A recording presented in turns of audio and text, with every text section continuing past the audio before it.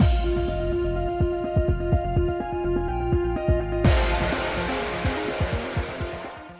guys, it's Spaces Sins, and we are back with more My Next Life as a Villainess.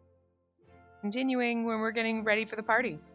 We've met almost all of our love interests. Do you think during the party is when we get boarded by pirates? Anyway. After returning to my room, we take our time getting ready. Now all that's left is to wait for the party to start.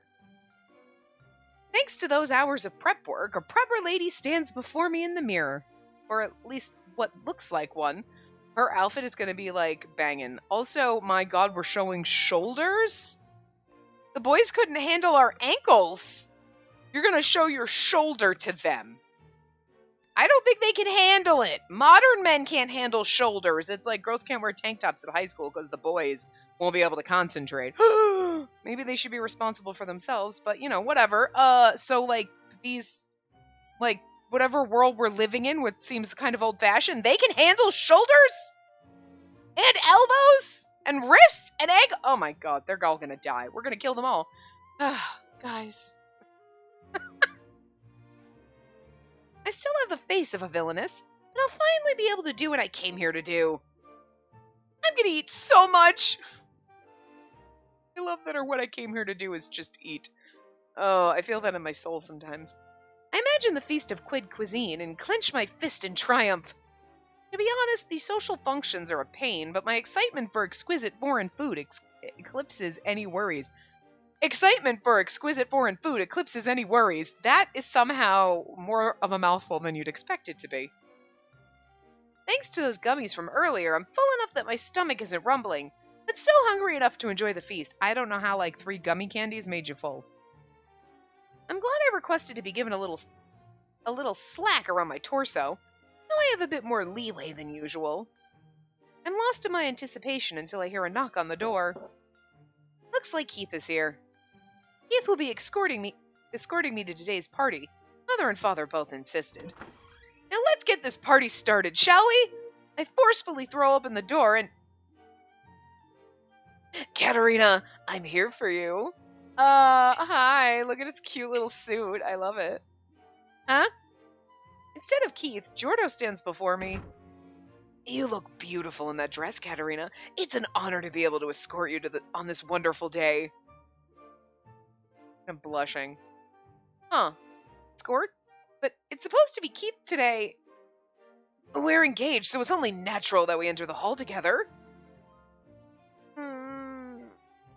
It's true that it's normal to have your fiancé escort you at the usual parties, but this is no regular party back home. Mother's lengthy letter lecture. Jesus, what is with the tongue twisters today? It's not just me, right? Jesus. Weighs on my mind. Her letter said that I should never leave Keith's side. It directed that Keith should not let me out of his sight. Though I'm her daughter, Mother doesn't trust me at all. And, like, it's going to be interesting that we're going to forsake him to marry other boys. I'll also feel much more at ease if Keith is with me. With Jordo, lots of important people will be coming to greet him. He's such a hassle. My primary goal here is quid food, so I consider refusing, but in an elegant gesture, Jordo extends his hand expectantly. Now, Katerina, give me your hand. It's so funny because he seems very, like, kind of, like, flirty and over the top, and yet he's got one of the most delicate fucking voices ever. Shota Aoi has a very, like, sweet voice. Like, he does I in, Utono Prince Sama. One of my favorite characters. Even though he does actually, I has the baby faces. He's the babyface character. But I'm like, I love you because you're like a fucking robot. And, okay, like, spoiler, he's a fucking robot. Like, he's a fucking robot. Like, literally, a fucking robot. Like, I was like, you are, like... I just like the fact that he comes across as the robot character and then, like, literally is a robot. It's fucking brilliant, but, you know, but he has such a sweet voice. And I kind of know, because I did, like, when I was trying to turn off the voices and everything, I clicked on him, and, like, he does his sweet, and I'm like, you just don't seem like you would have, like, such a sweet little lyrical voice like this, and it's so baffling to me. I'm gonna guess that the voice actors in the game are the same ones in the anime, because otherwise that would be really weird, even though you don't have to have watched the anime to play the game, but I didn't do my research on that front, you know what I mean? So, whatever. I didn't do any research. I opened Otome Kitten's Guide and read the synopsis from there. That's basic. Anyway. Well, thank you for the invitation, but... Sister, I'm coming in. He absolutely looks like he'd have a sweet voice. And Tetsuya Kakahara doing his voice. Yes, we know it's going to be like that. Well, most of the time. At the same moment, the door behind Jordo opens once more, revealing Keith. You just, like, walked in. I could have been naked. Of course, Jordo was already in here, so that would have been weird. Keith! Prince Jordo? Hello, Keith. You've certainly made a vigorous entrance. Though you may be her adoptive brother, entering a lady's room without her approval is rather unbecoming, is it not? You must excuse me, Prince Jordo. I thought I heard Sister crying for help earlier. Great comeback, Keith. I love how they're basically like... Not having watched the anime or knowing anything, it's like, they're like, yeah, whatever. Like Jordo was like an asshole. It's like, that's the way they're treating him. I thought he was like the little shining prince that everybody adores. That's the impression I got. So I find it very funny that, like, my overall first impressions, just seeing anybody, if they put anything on Twitter or whatnot, is always like, he is like the little golden prince. And like, now it's like, everybody seems to try to be avoiding him. So like, he doesn't seem dastardly, but at the same time, I'm like, you're treating him a little more dastardly than I would have expected. It's kind of bonkers. I kind of like it, because I'm like, I don't know what ends up here. Yeah. It seems like my internal pleading was heard. Great job, little brother. You are family after all. I see. You're as perceptive as ever. Very well, let us meet again at the party. Why are you trying to kidnap my sister? She is my fiancée, so escorting her is the natural thing to do, isn't it? I've already promised to escort Sister. Her mother and father have requested I do so. That must be quite the burden for you as a brother. Worry not, I'll happily fulfill this duty. No, that'll be quite all right. Tonight's party is not like a formal palace ball. It's nothing to trouble you over, Prince Jordo. As family, it's my duty to escort my sister today. There's no need to be so considerate, Keith. I simply cannot agree to another man by my fiancée's side, even her adoptive brother. These two are getting heated over something I don't get again. She's like, I don't understand what's happening. Yeah, girl, they're fighting over you, basically. I love it. I love how just clueless she is. And it's not just because she's derpy and clueless. She's too focused on food, which is hilarious. It's the fact that, like, she's played this game, she was isekai'd into it, and it's like, I'm the villainess, so they're in love with Maria. Like, yeah, and then it's like, so she has just no concept of the fact that they're in love with her, because it doesn't, like, one, she's slightly clueless, because I would be too, I can't blame her for that, so I'm not making fun of her for that. But then it's the, well, I'm playing a game and I'm the villainess, so of course they're not in love with me, so that would never occur to her, because that's not how this game goes. So it's like, I just love that they did that, it's so fucking great. She's like, anyway, food. I've been feeling out of the loop so often lately. It's nice to see them getting along, but as the older sister, I do feel a little lonely. In the game's story, Jordo and Keith didn't have a good relationship, so it's a mystery how they ended up so close. Okay, Maria is the little okay. Lady Katarina, are you in there? Hey, it's Maria! I hear the voice of my savior and quickly open the door. We're all gonna just go together. Oh my god, everyone's here. Look at everyone's little outfits! How adorable! They definitely dress Sophia like she's 12. Like, somebody has to dress cute and adorable. With everybody else has got their boobs out. Look at Alan. You know, for some reason, I would have seen you more in purple, but, like, the blue works. I like it. Because his flower color is purple, but, like, yeah. Not sure about the tan over here. You know, that seems like a very good, like, it's my traveling color. I'm about to go investigate a mystery, my Sherlock Holmes kind of suit, but not like I'm going to a royal party. Tan is a very much like a casual color, not a formal party color. You know? Like, I'm getting dressed up because we're going to the opium den, or I'm getting dressed up because we're going to the, but not a formal, like, gala event. You know what I'm saying? Like, this is good for when you're just hanging out with the boys, playing poker and smoking cigars, but we're all dressed dapper as fuck. But, like, not for this gala event. So I'm gonna need you to step the fuck up if you're supposed to be, like, to have just, like, this devilish charm where you just look at someone and they faint. I'm just saying. I need you to do better with the fashion. I still like the suit, don't get me wrong. I just think the tan color is a little off for a gala party. It's just too casual. You know? Anyway. Oh, it's not just Maria, but everyone else too? Good evening. Oh, good evening, Lady Katerina. Oh, I smell a wonderful fragrance in your room too. Oh, right. There's this sachet with some cute embroidery that... Too? Did you also have one in your room, Mary? Yes, that fragrance is a little different, but there's one in my room as well. There's also one in my room. It's not scented like this one either. Oh, maybe every room got a different scent. What a wonderful gesture. Yes, truly. Speaking of which, Marquee Worder, the ship's prime investor, also runs a cosmetics business for ladies of high society. I should have taken a breath, that was hard. Oh, really? Yes, I've heard he has amassed his wealth through a number of businesses. It may well be a suggestion from Marquee Worder himself. Okay, I gotta get... we were only a couple parts in, so the voices every once in a while I'm like, wait, who's... I just said Alan's name before, but I was like, wait, okay. Marquee Worder does happen to be renowned as a brilliant and young entrepreneur. That's his name. I couldn't fucking remember his name. I'm like... That's why I didn't say what I'm... You knew who I was talking about, but I'm like, I cannot remember his name right now. Good lord. Oh, good god. Yes, I believe I recall that the perfumes sold by Marquee Worder's business are very popular.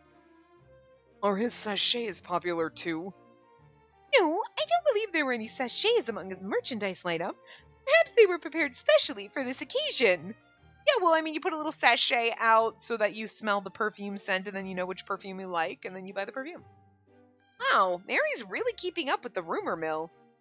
Mary's a lady among ladies, the flower of society. I'm sure all sorts of information passes by her ears.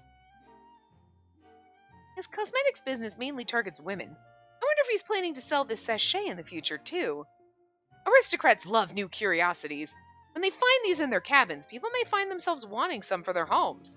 Sachets are great to throw in your drawers and stuff like that and in your closet to just keep things fresh. You can easily make them yourself, like you don't have to like buy fancy ones. You do it with potpourri, but you could just do it with like little scenty bead things. Like I have the Downy Unstoppables that I put in my laundry. Not all the time, but I put it when I get like my new clothes and stuff like that, because like some of the stuff always come like however they process, especially if it's velvet or if it has like the like metallic kind of foils or something, it always has a weird chemical smell. Obviously, however they're processing the fabric. So it's like just washing it alone doesn't always get that out. So I just throw a little bit, not too many. You don't need a ton. They'll be like, hey, throw a cap. But you don't need that. You barely, like, you need like 7. You know, just throw some of those. But like, you put those in one of those little like, you know, mesh bags that you can get at the craft stores that people use for like weddings, baby showers and shit like that. Or like little, or jewelry or whatever. I have a fuck ton of them. So I just dump some in there and just chuck those in drawers. Throw them in my closet. Got one in my bin of my Halloween clothes. I also, like, when I wash my Halloween clothes, I'll throw that in there so that when you throw your clothes in bins, like, for seasonal stuff, they don't pop out smelling like, oh, they've been sitting in a bin for, like, a year. Or they get that, like... It's not, like, a musty smell, but it's that, like, it's been packed in a bin for a while. You know? You're like, So, those things come in handy. And again, like, I have a jar of them. I use them a lot in my nicer clothes, and I still have the same bottle that I've had for like a year or more because, like, do not need a ton of them. Whoops. Like, but hey, that's how you make easy, cheap sachets. You can use them in your laundry, and you could just throw them into your, like, little bags and stuff like that and put them in your closet and stuff like that. I have one hanging, one of those, like, hanging in my closet downstairs that has my coats and boots and stuff in it. You could take them and you could throw them in your shoes if you have smelly feet. Probably. Never tried that, but anyway. Even here, he's working to gain customers. Marquee's a keen businessman. There was a time in the past when I wanted to sell earth dolls, but I gave up because it would have taken too much work. I've overcome my doom flags, but maybe I should study his methods in case I need to start a new life in exile. No doubt these sachets will have become the talk of the town by the time we return. I wonder how many kinds there are. And the ladies seem to like this fragrance a lot. Keith comments, looking around the room with a furrowed brow. You know, Keith's also wearing a tan color. You know, Keith, again, I'm just going to say, you and Nickel have to get on board with the fact that tan is not a very good color for, like, formal gatherings. Although, for some reason, maybe it's because you're pairing it with, like, the gold tie and the, like, pocket square that I don't... It could be the lapels, like, under jacket, too. There's just something about it that's not as casual as Nickel. I don't know what it is. I don't know. I'm just saying. You know. Ugh. I had to spray, like, freaking Febreze on something before, and it's like, oh, that's all I can smell, and I'm like, ugh. I feel wonky now. Sorry. Oh? You don't like it, Keith? It's not that I dislike it, but, well, yes. Personally, it's a bit too strong for me. That is how I feel right now. I sprayed that Febreze in my laundry room and I have the door closed, but it's like, ugh, God, my head hurts. I see. I think it smells nice, but everyone has their own preferences. As I nod to myself, I hear someone next to me clear their throat conspicuously. And never mind that. Mary, what brings you all here? Oh yes, we came to invite Lady Katerina to the party. Mary, were you not to have Alan escort you? Alan is your fiancé, is he not? Oh, it'll hardly be an issue so long as we enter the hall together. Anyway, I came to invite her so that we can all go together. It's going to be really hard stealing Alan from you, but he is one of my favorites, so... Sorry, bitch. To be fair, I'm taking all of them away from Maria, fairly, so, like, whatever. Queen's customs differ a bit from ours, and I've heard their party today is not one of the formal variety. Ah, okay, then if it's not a super formal party, then wearing the khaki color is totally acceptable. That's why I thought we could go with Lady Katerina. A party that isn't formal. Now that's what I've been waiting for. And yet we're all dressed to the nines. Speaking of which, I think Keith may have mentioned that too. I was lectured so much that I went into survival mode and prepared as though it would be another formal party. But if that's the case, then I can probably eat as much as I want! Hearing that the party will be fairly casual is making me even more excited. Then let's all go together! And let's all enjoy Quiddy and food together! As I clench my fist in triumph, I see Jordo and Keith nod quietly, their blank eyes staring far into the distance. I understand. If you insist, Katerina. Yes, I suppose that would be the safest. But at the very least, may I, your fiancé, have the first dance? Sister, be sure not to find yourself alone. Also, don't overeat. Lady Katerina, it's gonna be so much fun. Right. Come, Katerina, may I have your hand? No, take my hand, Lady Katerina. Everyone seems so excited for this. Yeah, I really love being with them all. They're all vying for your attention. I feel like, Mary is, like, also trying to get in our pants. Up our skirt. We don't wear pants, but whatever. You know what I'm saying. Go eat. Be ladylike. Be an escort. Hum as I go. Huh. I feel like she would go eat. Keith would appreciate us being ladylike. That would get us points for him. Be an escort would get us friendship points. As I go, I'm not really sure who gets that.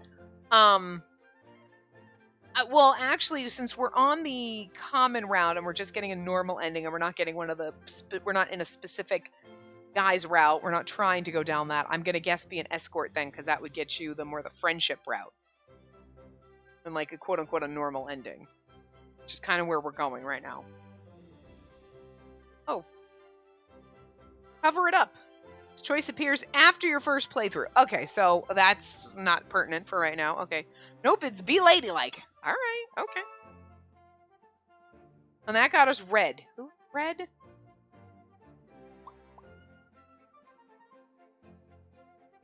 Jordo was red, right? I would assume. I think. I have to embody ladylike grace as I head to the party hall, so Mother and Keith won't scold me. In a rare attempt, I walk forward gracefully, and then a hand is held out before me. Yeah, okay. Katerina, you're so elegant today. Allow me to escort you. Oh, right. Elegant ladies always have to be escorted. As I place my hand upon his, I hear the echo of a repressed scream from beside me. Yeah! He's robbed me of her hand already? Really? How is he so fast? Yeah, okay. I was intending for brother to escort her. He really is too quick. Katerina, I can't wait to see what cooking they'll be serving. Yeah! This will be my first experience with the food of Quid. I'm excited to try it. My head's filled with images of delicacies as we walk into the hall together. We walk to the hall, but whatever. Premier is Set Norden begins to speak using a tool that looks like a microphone powered by wind magic. I'm guessing it's supposed to be Set Norden. I want to start eating already. I've lost count of all the passionate gazes I've shared with the mountain of food across the party hall. We're still listening to the speech from Premier's Set of Quid, who has the leading role at this function. Who are you and why can't I marry you? Okay, apparently, like, since it's a casual party, the khaki color is, like, the color of the season, but, like, whatever. Hello, tall, dark, and glassed. Glasses, because, you know, glasses, but whatever. What? Why? Come on, put one of my love interests in glasses, would you? We got a hat and an eye patch, so I guess it's okay. But, like, hello, why? Why do the side characters always have glasses? You're adorable, I love you. I don't even care if you're evil. You have glasses. Listen, I'm easy to please. Just when I think his speech is finally over, he begins to introduce Marquee Worder, whose investment made the project possible. Oh, you're the guy with the sachet. All right. So, like, haughty businessman, we can do this. And after this, Jordo will speak as a member of the royal family and guest of honor. I'd now like to ask His Highness Jordo, 3rd Prince of Kingdom of Sorcier, for his address. Of course.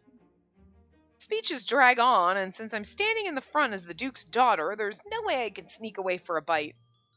Of course, even at regular social parties, it isn't uncommon to be so busy greeting people that I don't have time to eat. But they're talking way too much! It feels just like those long-winded school assemblies in my past life. Now that I think of it, Set definitely looks like a principal. My concentration begins to wane as I listen to their droning. At the end, I'm not even processing it anymore. It's like your fiancé is up there talking. You give no fucks. There are only a few nobles from Quid here, but still, I try to be a proper noblewoman. Yet those delicious smells wear me down. Oh, I wonder what that oddly shaped one is. I bet it tastes great. Sister, are you even listening? Sushi. Doesn't seem like it's on the menu, but those other seafood dishes look tasty. She's definitely not listening. Really? They're taking much too long. She can't help it. At least Mary's got our back, okay? Like, listen. I do not like, necessarily care for lady routes, just because, like, again, the only gay in me is the gay man my gay twin that I absorbed in the womb, okay? Like, so we are so on the dick train. That's all I want is pretty boys, okay? I really don't care if they are so pretty they look better in a dress than I do. That's actually kind of my weird kink. So, fine. But, like, at least Mary has my back. At least my bitches have my back, okay? Men are just over here being all, like, bitchy and not letting me eat. And Mary's over here. She would feed me. She probably has snacks in her pocket that she's slipping me. If she had pockets in her skirt. She probably doesn't, though. So, like, you know what? Mary's best boy right now. I gulped on my saliva, anticipating the new foods that await. The pole is becoming positively magnetic. Speeches finally end, and now comes socializing and exchanging pleasantries. All right, now's my chance. I ready myself to make a beeline for the buffet, but... My Lord Keith Clays and Lady Katerina Clays as well. It's my honor to welcome you today. What? For some reason, Ryle and Seth have decided to come straight to greet us first. There are lots of important-looking old guys over there. Why not go that way? Sister, you're among the highest in status as the daughter of a duke. Prince Alan and Lord Nichol are with us as well. Keith reads me like a book. It is what it is. Since they approached us, I must play my part and return the greeting. Ah! Why can't I take you home? He's lovely. Pleased to make your acquaintance. I'm Katerina Clays, and thank you for inviting us here today. We thank you for coming. We've heard great things about you from the Academy. You honor me. I force the best smile I can, doing my part as a noblewoman, but the conversation halts. I should find something to talk about. In these situations, a proper aristocrat would have a few words of consideration for the other party. But I was zonked out during the speeches, so I can't think of a single thing. I racked my brain in panic for a moment before remembering the topic from the cabin earlier. I was like, bring up the sachets, girl! Oh, by the way, Marquee Worder, were the sachets in our rooms on your suggestion? I heard from my friends that the sachets in each room all have different fragrances. I'm surprised you noticed. It is a product that I was thinking of bringing to market in the near future. I've arranged one to be placed in each room in the hope that they might make your trip even the tiniest bit more comfortable. In my experience, many first-time travelers are unused to traveling by ship, finding themselves ill at the scent of the sea. Oh my, well, that's a wonderful act of consideration. Great save! Way to go, Katerina! Internal high five! I'm integrating nicely into this social gathering, if I do say so myself. I'm sure they must be busy as hosts, so they should go and greet all the other nobles soon. I think I can finally get some food, but then... by the way, young miss in the dress, are you the light magic user? Young miss in the dress. We look around. There's 4 of us. We're all a young miss, and we're all wearing dresses. I'm going to need you to be a little more specific. Their attention turns to Maria now as they continue to linger. Yes, I'd like to express my utmost gratitude for this special invitation. Ah, so you are the rumored... Thank you very much for preparing such a beautiful dress. I'm glad I'm able to thank you personally. No, not at all. You have our thanks for accepting the invitation. Are you guys going to get evil and try to do something to Maria? Because she's our friend. Part of me wants to be like the villainess and be like, I mean, it's okay, because then she's not going to take my boyfriends. I was like, you know. But a part of me is like, but she's my friend, so like, don't hurt her. You know? Like, she's my friend, but also could be my rival, and like, I'm stealing all her boyfriends, but they were her boyfriends first, but now they mine, so like, I'll push the bitch off the boat if I have to, but I kind of don't want to. You know, I'm in a weird place. So like, don't make it a difficult decision for me, alright? Because I'm not sure I'm going to choose the right thing. I will, because the guide, but me personally would be like, no, I might just let her get pushed off the boat. I don't know. I just don't want her touching my men. Listen, Mary's she's on the short list too, because she's engaged to Alan, and I love him, so, you know, because he seems like the kind of not very, he's the robot over here, so. Marquee Worder, you have excellent sense. That dress is very becoming. You flatter me. Speaking of which, I'd like to ask you something in regards to your light magic. They must think it a rare opportunity to meet someone with light magic, so they start to ask Maria numerous questions. We could slowly all walk away. We don't have to stand here. That seems especially interested. I recall that Quid doesn't have any magic of its own. Still, I think they're getting a bit aggressive with the questions. They seem to have forgotten the rest of us entirely and are only talking to Maria. Even Maria appears a bit distressed. Oh well, time for food! I'm just kidding. I don't like those two. Huh? Sophia whispers with uncharacteristic discontent. Mary nods in agreement. Their faces may not show it, but in truth, they're making a valuation of her. Well, this does happen all the time, and Maria's talent for light magic is a rarity. It's not surprising, and yet I cannot help but find it unpleasant. Oh, my glasses Kuna's gonna be evil. It's okay, I'm fine. Does he have a cage? Do you want me to crawl in it? I'll do it. I'll take her place. Thinking about it, Mary's well versed in matters of the social upper class, so I'm sure her hunch is correct. Maria's such a sweet girl, so I can understand wanting to heap praise upon her, but... Very nice, Miss Maria. You're most certainly excellent. Are you evaluating her to be your bride? It's okay, Maria. I'm sure it'd be fine. Then you won't touch my boyfriends. He's old enough to be like your grandpa, but like, whatevs. Not at all. These compliments are getting excessive. They lay it on so thick that she doesn't even know how to respond anymore. Having to deal with these upper-class stiffs probably makes Maria as tired and hungry as it does me. Okay, I gotta protect her. Excuse me for interrupting. I nonchalantly slip into the conversation, drawing dubious looks from Ryle and Set. What is it, Lady Katerina? I can see the irritation all over their faces. I completely understand wanting to keep talking to a beauty like Maria. How do you solve a problem like Maria? Interrupting like this is bad manners. If I recall, Keith managed to interrupt a conversation to talk to me once. He said something like, "Apologies, but we must go and greet one of our teachers, to whom we're deeply indebted." Yeah, I think that's how it went. When I was being pinned by Jordo, Keith had said, "That lady over there is waiting for you," and pulled me away.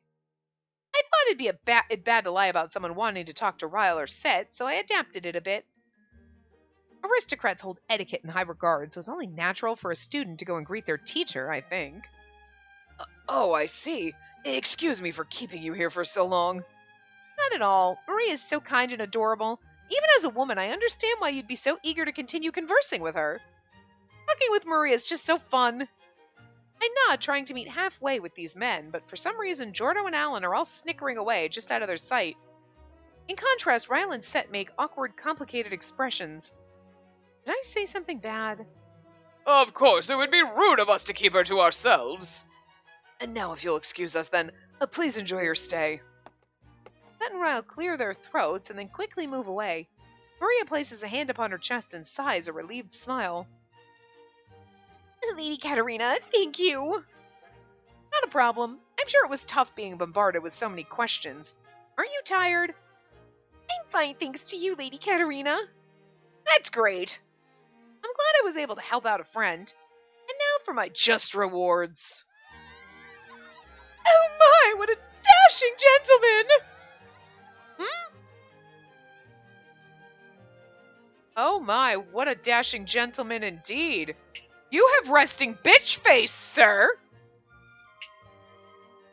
Yeah, I like the resting bitch face. I'm just saying.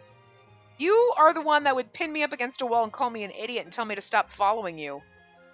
Again, could you go to Ryle and borrow his glasses? Because you're giving me Van Helsing vibes, you know, the whole, like, pissed off, I don't have time for this shit, don't follow me, but I need you to wear glasses when you do it. I just want a game where every single love interest has fucking glasses. I want to mod every game so they all have glasses, just fucking because.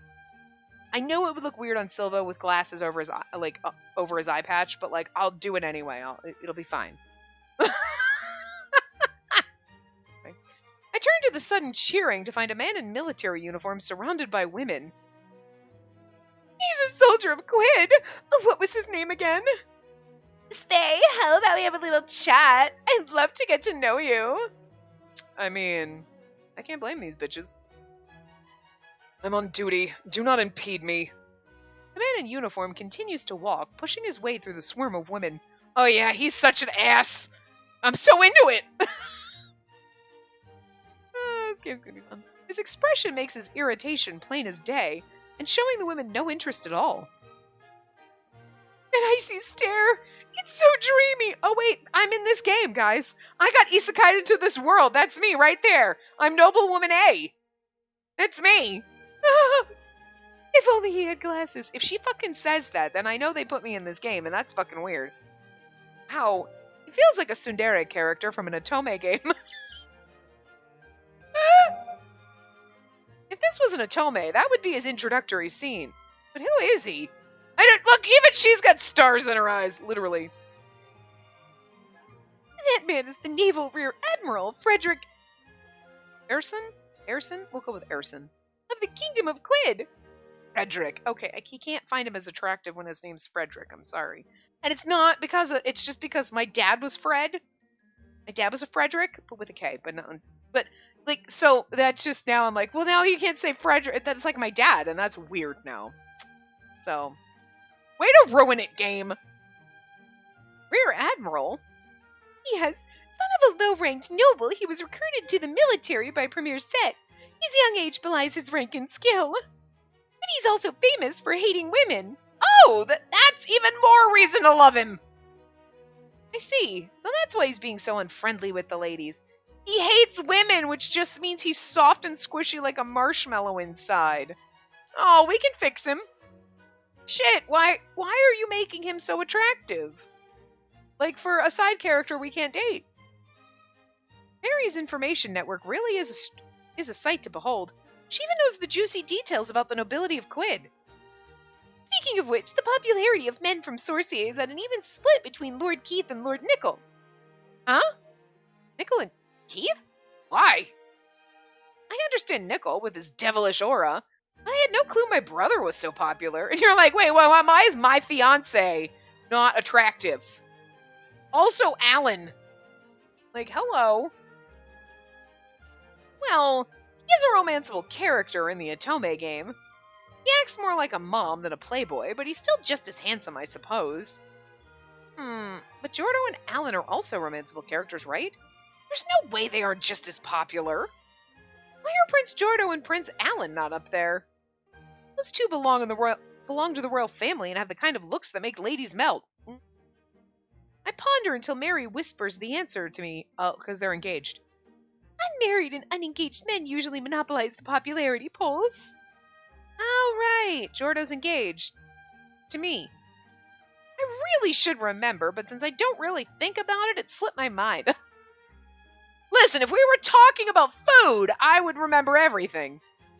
In an effort to avoid my doom flag, I told Jordo I wouldn't mind calling it off at any time, but he always flatly refuses. I still wonder if he'll go and fall in love with Maria someday. But through this whole year at the academy, I haven't seen anything that even remotely resembles a love flag. I just love the fact that she's still like, that's exactly what I was saying before. Like, she's like, oh yeah, they're all going to fall in love with Maria. And she's like, I wonder if he's going to fall in love with her someday. And you're like, So she's still thinking in terms of, I'm in the Otome game. Like, yeah, you jumped into this world, but you fucked everything up by being here. It's kind of like the whole, like, thought process on, like, time travel. Like, if you go back into the past, like the butterfly effect, you change one little thing, you change everything going forward. You know what I mean? Like, there's the movie The Butterfly Effect. I haven't seen it in, like, 100 years, so I can't quite remember all of it. But, like, I watched Once Upon a Time again more recently. And, like, there's, like, the one point in one of the later seasons where Emma goes back in time and then kind of fucks up Snow and Prince Charming meeting.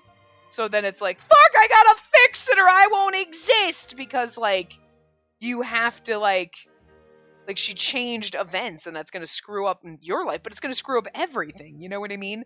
So it's like one tiny little thing can just have a huge, devastating consequences on the future, right? So it's the same theory here, where you jumped into an Otome game where, Okay. Reality of an Otome game is it is written. So no matter what happens, yes, we have choices, but they're illusions. All of our choices are actually illusions. You know what I mean? Sometimes the illusion of choice is 100% valid when you're like, it doesn't really matter whether you choose A or B, it's going to lead you to the exact same place. So putting a choice at this juncture means nothing. But the other choices are still illusions because, yes, I choose A, I go down the right path. I choose B, I go down the left path. You know what I mean? But it does something, but those paths are set. You know what I mean? It's not like real life where, like, still have a bunch of things that are going to change.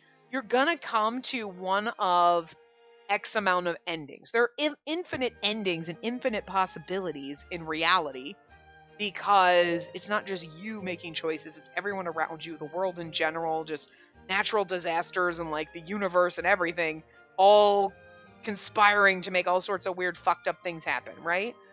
But an Otome game is written, it's like a book. It's the beginning, the middle, the end, that's it. In a choose your own adventure novel, which is basically what an Otome game is like, yeah, you're going to get to different branching points, but there's only so many set endings, and that's it. You know what I mean? So your choices are sort of illusionary. They do stuff, but only to a certain extent. She's still thinking of being in this. Like, if you were to be isekai'd into an Otome game, you'd be thinking the exact same thing. Oh, well, I know how this game ends, and there's one of, like, 6 endings. Let's not count the bad endings. Let's just say there's only good endings. Okay? So you have one of 6 endings because there's 6 love interests. That's it. There's one of 6 endings, depending on the choices I make. That's it. But her being isekai'd into this fucking world fucked everything up. Because even though she's following the rules of the game, the guide in her brain, right? Oh, I remember this choice, and like whatever. She also has free will that technically the characters in the game don't have. You know what I mean? And now she's like, this wasn't part of the game. So she still this wasn't part of the game. Granted, she didn't finish it, so what does she know, right? She even admitted, like, I didn't finish the game. I never got to certain things, so she could be thinking all of the things that are happening are parts of the game she hasn't seen, but yet at the same time, she kind of knows it's not because she avoided all of the doom flags for the endings to know this, and this are the doom flags that would lead me to being exiled or dead in these routes. And Maria's not with any of these guys. So somewhere in the back of her mind, she knows I have fucked up everything in this world, so no, all of the logic for the game itself does not apply anymore. She just butterfly effect this whole thing. She showed up here and just threw everything out of the water. So like, you know? And I love that she hasn't figured that out yet. She's gonna. Which is also probably why she's like, one of these days they're all gonna fall for, or like maybe Alan's gonna marry Maria, Mary and not fall in love with Maria or whatever, but she still doesn't like, that's why she has no clue that they're all in love with her. Because like, that's not part of the game. Like, why would you think that? Because, again, in her logic, the game has set endings. We've avoided those endings, and that's cool, but it just doesn't register in her mind that by changing everything, being here, changing all the endings so she doesn't get killed or exiled, she has now also changed the game in, not the literal sense, to the fact that now all the boys are in love with her. That just doesn't occur to her. Kind of fun. I kind of like that they did that. Like, she's got some thought, well, I'm wondering, he might fall in love with her someday because those are the rules of the game. But also, the rules of the game no longer apply. Like she knows, but she doesn't? Like, she has logic and yet none. It's perfect. I love it. Anyway. I may be Jordo's fiance right now, but because I always assume it'll be called off, I never think of myself as such. The popular guys, huh? Wait, what about Marquee Worder? Well, although Marquee Worder does have a handsome face, he isn't too popular. Why? He's got glasses. Meaning, he may also be engaged? Ooh. No, Marquee Worder's already married. Oh! We're gonna have to push that bitch off a boat. Huh? Married? That was unexpected. Sophia and Maria also looked surprised. The married nobility will usually attend parties alongside their spouses. And he's the host, so all the more reason. It's normal for a Marquis's wife to stand at his side during parties. Seeing our reactions, Mary continues in a hushed tone. Marquee Worder married a few years ago, but his wife has only joined him for a handful of events. You could count them on one hand. Oh, my! And those rare occasions were done with the intention of introducing her to others. After fulfilling the bare minimum expected of a member of the nobility, she was never seen again. Oh, she's so dead. Or locked in a cage. She gets all the benefits. She gets to be married to Glasses Coon over there, and she gets to be locked in a cage. Lucky bitch. This game's gonna be fun. Could she have fallen ill? No, I've never heard anything about her being sickly. And maybe they don't get along. According to those who have seen them together, the Marquis is rather conscientious of his wife.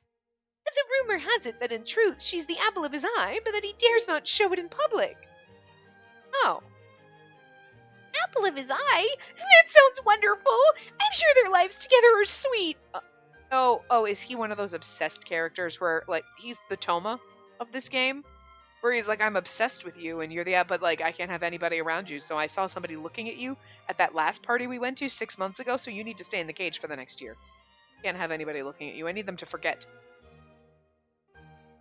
I'm okay with that, and I'm jealous of her, man! Sophia mumbles in fascination. Sophia sure loves her romance novels. Just listening to this is stimulating her fantasies. Mine too. My parents are also quite close, so maybe they're like that. After Keith was adopted, my mother falsely believed that he was father's child from an affair, and they almost got divorced. We've played that game. But after the situation was cleared up, things swung right back around, and now they're closer than ever. Speaking of which, I wonder how Mother's cold is. If only Anne was here to tell me. My thoughts are interrupted by the resounding return of my grumbling stomach. Oh yeah, I have a feast to partake! True, girl talk fills the heart, but it's food that fills the stomach. This once-in-a-lifetime opportunity won't wait. I tell Mary and the others that I'm going over to eat and prepare to move out. Finally, time to dig in! I move through the party hall in high spirits, heading toward the table filled with food. But there are so many people, I'm barely making progress. Most of the passengers must be gathered here, as it's the first day. Can't really see the table with all these people. It wouldn't be right for me to push people aside to get through, so I was making little progress. Then someone holds out their hand. May I have this dance? Excuse me? Someone, seemingly a noble of Quid, invites me to a dance, and I completely freeze. I've never experienced this in Sorcier. Jordo's the Prince of Sorcier, my fiancé, so no one besides my childhood friends ever asked me to dance. She's like, I know it would be rude, but I want food. I'm just getting food. What am I supposed to do here again? Should I just go with it and dance? Or do I say I'm hungry and excuse myself? As I mull it over, someone steps between us. Slides right in there, literally. It's Jordo, you had to know. Katerina, you haven't forgotten our promise, have you? Huh? Promise? You promised me the first dance. You were being a good girl and waiting for me, yes? Seeing the glint in Jordo's smile, the noble from Quid nervously slides away. Jordo, as the guest of honor, had been making his rounds and greeting everyone. This man must have recognized him immediately. I don't remember that promise, though. Yeah, she was too busy thinking about food. I remember it. He did ask. Jordo can get rather aggressive at times like these. He takes my hand as I hesitate.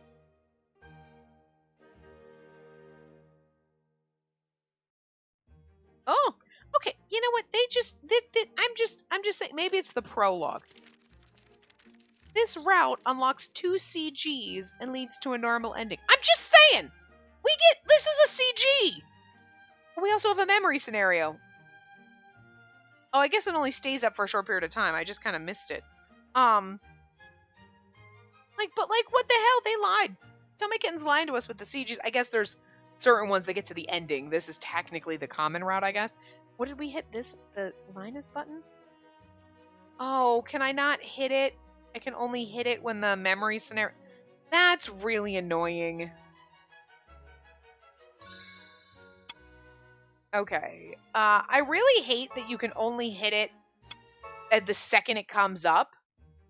Jordo, okay. You can only hit it at the second it shows up. And it's only up for like 5 seconds. Like, it's not up for a long period of time. Like, I don't like that. So I feel like that's a huge negative for me is the memory scenarios. They don't stay. It's not like it stays up while you click through a couple of lines. It's like, okay, anyway, we're gone. And because I was looking at the guide for a second and then I look back, oh, and it's gone. And then I push the button and you can't get it back. It's not like before where you clicked, like I clicked a couple of lines and I thought, oh, it's because I clicked through too many lines. This just disappeared. It's like it only stays up for like 5 seconds. And I don't particularly like that. I wish it would stay there. You know what I mean? I feel like they did it, those kind of things in Pio Fiore, the side story kind of things, little meanwhile things, and they stayed up for a couple of lines or they popped up and then you knew, you know what I mean? Like these ones, it would be better if they stayed up longer is all I'm saying. Anyway. So I'm assuming we're Jordo then, so. And this is my first dance with Katerina since her official coming of age. Her improvement truly surprised me. I hadn't expected Katerina to improve to such an extent. Katerina, you're so beautiful. Thank you, Prince Jordo. Katerina looks a little stiff. Perhaps she's focused on her dance steps, but she's already more than elegant. When we were young, Katerina would always step on my feet as we took dance lessons together. Despite her natural inclination for physical activity, it seemed she was lacking in rhythm and often made mistakes. One particular day, after stepping on my foot again, she seemed to have lost her confidence. Oh, I'm sorry, Prince Jordo. Though I was no older than she, in truth, her low-heeled practice shoe hardly hurt. I could have avoided it if needed. Honestly, I simply found her adorable apologies too cute to resist, and let it happen. That said, it was true she had stepped on my feet quite a number of times that day, and I was feeling a little mischievous. I smiled and spoke to Katerina, who was still panicking after that last stomp. Katerina, perhaps you'd become a better dancer if you had a goal. A goal? Yes, for instance, well, how about this? If you step on my foot again, you'll have to make me an embroidered handkerchief. She was startled by my suggestion and looked at me with a troubled expression. I realize they're supposed to be children, but I don't want to give them kid voices right now, so. Prince Jordo, I'd call that a penalty rather than a goal. Katerina struggled when it came to tasks that required focus on details, like studying and embroidery. And so, perhaps she thought my suggestion was an unreasonable demand. I knew I should tell her that I was only joking, but please don't look at me like that. Trouble was written across Katerina's face. It was so adorable it made me want to hug her tight. But I caught myself, and that's not the kind of relationship I want to have with Katerina, so I held myself back. I will hold out until the day that Katerina returns my feelings. I'll do all in my power to see that day come, though. Pushing my surging feelings away, I took Katerina's hand once more. Only a joke.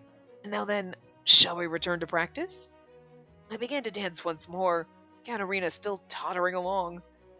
After that, she nearly fell, stepped on my feet, and apologized desperately many times. It's all so nostalgic now. Years have passed, and Katerina now dances with grace befitting any noble lady. Though it seems her confidence is still lacking, she is following my lead splendidly, all without stepping on a single foot. Doubtless thanks to the Duchess's enthusiastic education on the manners of a proper lady. Prince Jordo, why are you smiling? At that moment, Katerina looks up at me, eyebrows raised. My emotions must have been showing on my face. It's nothing. I was simply recalling a cherished memory. Normally, I would never be caught so off guard. Only she can get me to smile so spontaneously. Whether attending to official business or studying at the academy, I was always careful to measure my emotions. But when I was with my beloved Katerina, I was unable to hold back my feelings.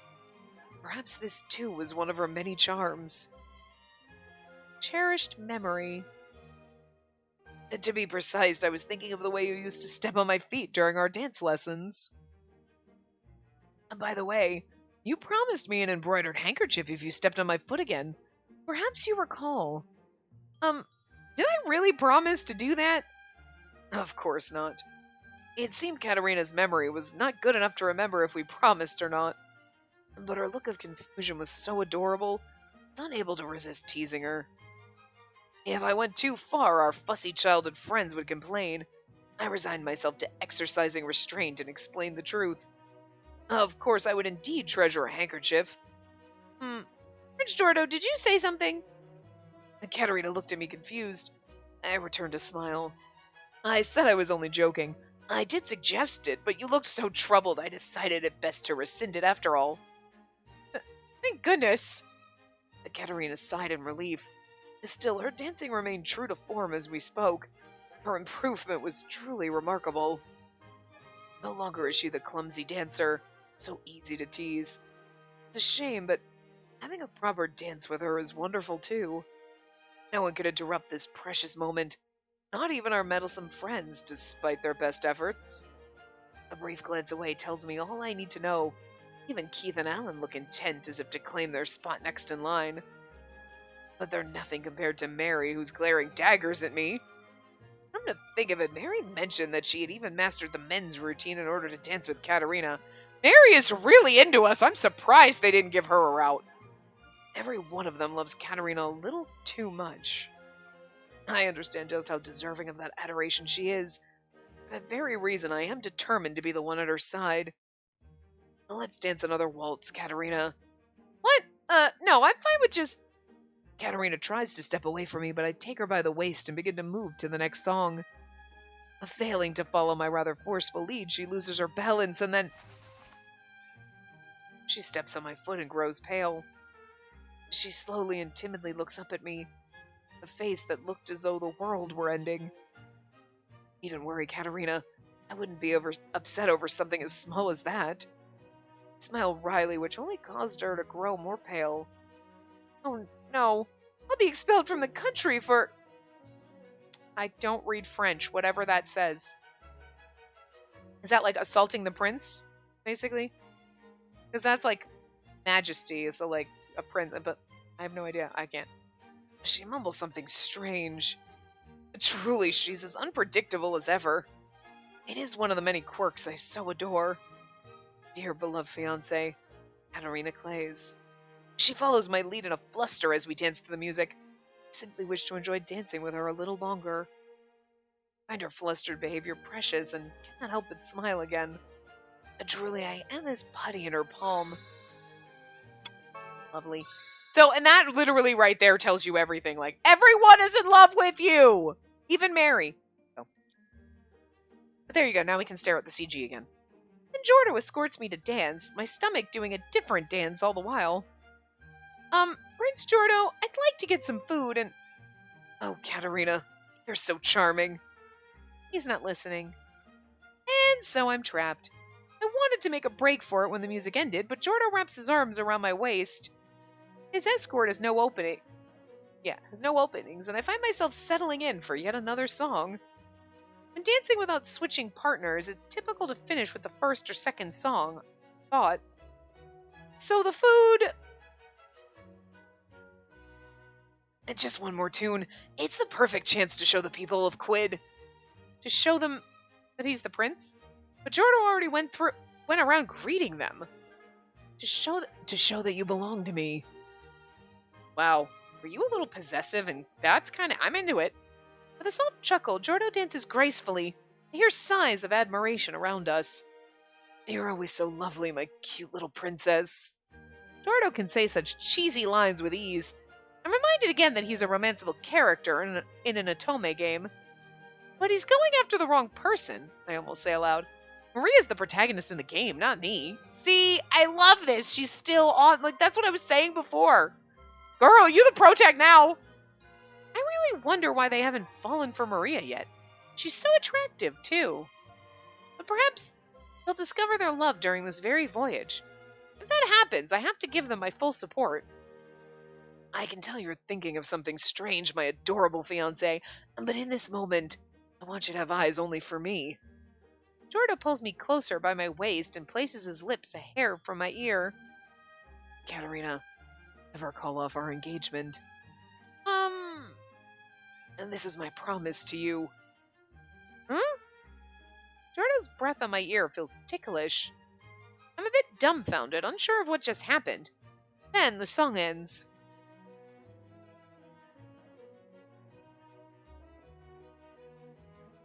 If I don't act fast, he might pull me into another dance, so I snap out of it and move. Really, my stomach is making the decisions. Thank you for such a wonderful dance. Katerina, I'm hungry from all that dancing, so I'm going to enjoy the quid cuisine now. I curtsy gracefully and quickly move away from Jordo. I'm quick on my feet, and the other nobles rushing to meet Jordo quickly fill the gap between us. Finally, I'm free. Not for long. All right. We're going to see if she can actually get some food in the next part. So, I'm having a good time. This is fun. It's light, it's fluffy, it's a little goofy, it's a little crazy. And we haven't even gotten full into it. We're only a couple hours in, so. But yeah, I will see you guys next time. Remember to give the video a big thumbs up and subscribe to see more.